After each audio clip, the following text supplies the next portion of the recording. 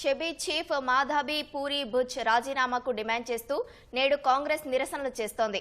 అదానీ వ్యవహారంపై బీపీసీకి జేపీసీకి డిమాండ్ చేస్తూ ఈడీ ఆఫీస్ వద్ద కాంగ్రెస్ నిరసనలకు పిలుపునిచ్చింది. కాసేపట్లో కాంగ్రెస్ నాయకులు కార్యకర్తలు గన్ పార్క్ వద్ద సమావేశం కానున్నారు. సర్వే నంబర్ 645/A 2 ఎకరాల 18 గుంటల భూమిని కొనుగోలు చేశాడు. ఎప్పుడు కొనుగోలు చేశాడంటే 2012వ సంవత్సరంలో కొనుగోలు చేశాడు. అట్లాగే 2023 అఫిడవిట్లో చూసినట్టయితే జన్వాడలో సర్వే నంబర్ 301/6లో 3 ఎకరాల 2 గుంటల భూమిని 2019లో కొనుగోలు చేసినట్టు ఆయన వీటిలో రాసుకున్నాడు. ఈ సందర్భంగా మీ అందరి ద్వారా మీడియా ద్వారా ఒకటే మేము సవాల్ చేస్తా ఉన్నాం.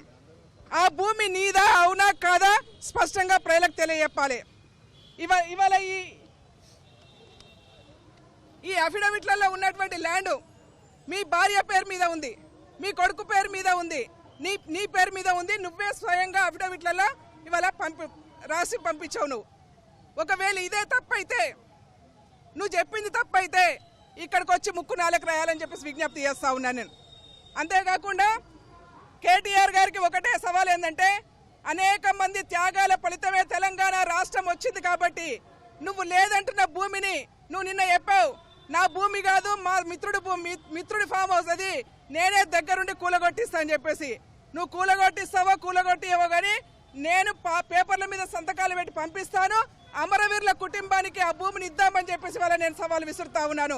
దానికి సిద్ధమా అని చెప్పేసి అడుగుతా ఉన్నాను. ఒకవేళ నువ్వు తప్పులు చెప్పినట్టయితే వచ్చి ఇక్కడ ముక్కు నేలకు రాయాలని చెప్పేసి కూడా డిమాండ్ చేస్తా ఉన్నాను. ఇది ఈవేళ కాంగ్రెస్ పార్టీ ధర్నాకు పిలుపునిచ్చింది.